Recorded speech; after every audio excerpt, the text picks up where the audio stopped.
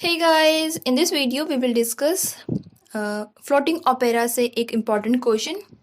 तो floating opera की अगर आपने समरी पढ़ी है तब आप इस क्वेश्चन को सही से समझ पाएंगे। अगर आपने उसकी समरी नहीं पढ़ी है तो आप उसकी समरी को पहले पढ़ लीजिए।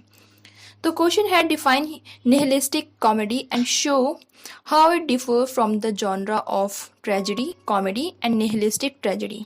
सबसे पहले तो क्वेश्चन समझना इंपॉर्टेंट होता है कि क्वेश्चन क्या बोल रहा है कि आपको एक्सप्लेन करना है निहिलिस्टिक कॉमेडी को। अब निहिलिस्टिक कॉमेडी को एक्सप्लेन करने से पहले आपको निहिलिस्टिक का मतलब पता होना चाहिए। निहिलिस्टिक का मतलब क्या होता है कि आप किसी चीज़ में बिलीव नहीं करते हैं। निहिलिस्टिक एक अप्रोच हुई थी जब 19th सेंचुरी में आई थिंक, तब ऐसा हुआ था कि लोग जो थे वो बिलीव नहीं करते थे। हर एक चीज़ को वो डाउट में देखते थे कि ऐसा नहीं है, वैसा नहीं है, ये चीज़ पॉसिबल नहीं है, लाइफ मीनिंगलेस है। तो ये था निहिलिस्टिक अप्रोच। तो इसमें बात करी गई है कि निहिलिस्टिक कॉमेडी, आपने फ्लोटिंग ओपेरा पढ़ी है तो उसमें आपने देखा कि जो टॉड एंड्रयू है उसके जो लाइफ के रिगार्डिंग उसके जो व्यू है वो कैसे है, वो निहिलिस्टिक व्यू है उसका। वो सोचता है कि लाइफ जो है वो यूजलेस है, मीनिंगलेस है, इसीलिए वो कई बार सुसाइड करने की कोशिश करता है। तो यहाँ पे बोला है कि निहिलिस्टिक कॉमेडी, कि इसमें निहिलिस्टिक पॉइंट ऑफ व्यू होगा प्लस कॉमेडी होगी, और ये कैसे ट्रेजेडी कॉमेडी और निहिलिस्टिक ट्रेजेडी से डिफर है। तो मैं आंसर स्टार्ट करूंगी। तो सबसे पहले हम क्या बात करेंगे, nihilistic comedy is defined as a separate genre, कि ये एक अलग जॉनरा है। Nihilism by itself can not create a comedy of jovial humour. Nihilism अकेले रहकर कोई भी कॉमेडी को क्रिएट नहीं कर सकता है। और अगर कॉमेडी की बात करें, a comedy can not allow a cynical view of life और ऑफ ह्यूमन नेचर। कि निहिलिस्टिक कॉमेडी एक सेपरेट जॉनरा है। क्यों है? क्योंकि निहिलिज्म अकेले रहकर कॉमेडी को या फिर ह्यूमर को अलाउ नहीं कर सकता है, और कॉमेडी अकेले रहकर सिनिकल वैल्यूज़ को, उसके जो ह्यूमन के नेचर है उसको नहीं दिखा सकता है। तो दोनों को इमर्ज कर दिया गया है और बोल दिया गया है nihilistic comedy. It also does not entail any aesthetic और moral depravity. It offers sympathetic view of human follies. क्या करती है ये? ऑफर करती है sympathetic value of human follies, कि जो ह्यूमन की गलतियां होती हैं, फॉलीज मतलब जो भी आपकी मिस्टेक्स होती हैं। It is witty and satirical. Witty होता है, सटायरिकल होता है। It unfolds the irony inherit in human intentions and achievements. Comedy shows peoples just for life. जैसे कि आपने कोई भी कॉमेडी देखी होगी तो उसमें यही होता है कि ह्यूमन की या फिर पीपल की जो जेस्ट है लाइफ के लिए वो कैसी होती है। और निहिलिज्म क्या करता है? लाइफ को ही मीनिंगलेस बोल देता है। तो आगे क्या है? It just celebrate life in all forms, however in its form it present a complete farce and burlesque. Bart's comedy is a farcialization of life. FARCICALIZATION. Farce emerges from the depletion of human meanings or values in contemporary experience. यहाँ पर America की बात हो रही है।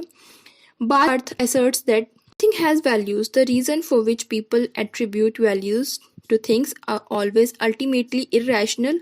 Third इन्होंने बोला कि there is therefore no ultimate reason for valuing anything. Toad, the hero of floating opera, lives his life with the attitude that there is nothing valuable. Life is so much irrationalized that attributing value to anything does not stand to reason. Life is thus a bare existence. Toad lives life without a sense of it.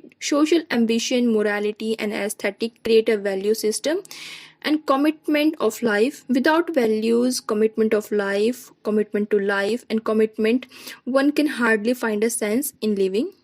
This is Toad's problem. His rationality defects life rather than help him feel or have it.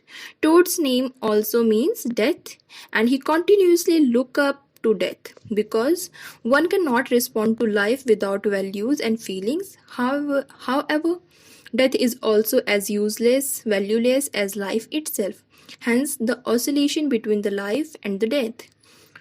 One lives life with ideas of death and respond to death with bare living. Life as Barth perceives, Barth कौन है? जो writer हैं. Life as Barth perceives, it is a nihilist's or a cynical game. But for a fallback on life from its alternative death, it is a comedy. Falling back on life from a wish of death is a delusion of nihilism and cynicism, relativization of both the valueless life and death. As a result, the very cynicism becomes useless, valueless, so much so that it creates a psychological flux of total relativism. Flux की spelling है FLUX. Flux of total relativism. Barth writes a comedy of valuelessness that is partly the outcome of nihilism and partly the outcome of valueless indirection in life. Barth avoids criticism of all kind, not merely social criticism. He does not criticize, he records. Even his theory of farce may suggest fabulation and unrealistic. What is unrealistic about Barth's novel is the art. What happened, what is recorded, is realistic, though as a whole the effect is one of some fabulous and unreal universe. From the point of view of cosmophilist, which is Barth's term for the world lover, everything is ridiculous. All these elements go into Barth's concept of universe. The floating opera is a novel of a new genre basically, which is nihilistic comedy, and that was unknown earlier. पहले फिर नहीं जाना जाता था इस genre को. It is a product of post-war intellectual climate that erased the generic distinction between tragedy and comedy. It is nearer tragedy in its presentation of gloomy view of human situation, and closer to comedy in its presentation of a comical, pathetic predicament of man in his situation. The floating opera thus reveals human situation cynically and nihilistically, but treat human activity as essentially comic. Man has no hope for himself and yet always seek excitement and pleasure. ये थी इसके dictation में, लेकिन अगर simply बात करें तो इसमें क्या बोला गया है कि जो निहिलिस्ट होती है और जो कॉमेडी होती है दो अलग अलग टर्म्स होती हैं. जैसे कि निहिलिज्म जो है वो कॉमेडी को शो नहीं कर सकता है, वैसे ही जो कॉमेडी है वो यूजलेसनेस को या फिर जो सिनिकल व्यू होता है लाइफ का, ह्यूमन नेचर का, उसको शो नहीं कर सकती है. तो दोनों को आपस में कंबाइन करके इसको दिखाया गया है. तो टोड एंड्रयू की लाइफ को एग्जाम्पल इसमें दिया गया है कि वो लाइफ को क्या समझता है, वो लाइफ को यूजलेस समझता है, मीनिंगलेस समझता है, या फिर वो ये समझता है कि जो उसकी एग्जिस्टेंस है उसका कोई रीज़न नहीं है. और इसीलिए, और जो उसका नाम है, जो टोड का नाम है, उसका मतलब भी डेथ होता है. और ये जो उसका लुक है लाइफ के लिए, उसको भी शो करता है कि वो लाइफ को यूजलेस समझ रहा है, उसके लिए कोई फीलिंग नहीं है, वैल्यूज़ नहीं है लाइफ के लिए, उसके रिस्पॉन्ड में कोई वैल्यूज़ नहीं है. और लास्ट में इसमें क्या मेन चीज़ है, उसमें बोल रखा है कि ये जो ओपेरा लिखी गई है, फ्लोटिंग ओपेरा, ये एक नई जॉनरा में लिखी गई थी. पहले ये जॉनरा नहीं था, पोस्ट वॉर के बाद ही ये जॉनरा जो है वो स्टार्ट हुआ था. और यहाँ से इसने क्या किया था, ट्रेजेडी और कॉमेडी के बीच में एक जो डिफरेंस था उसे क्रिएट कर रखा था.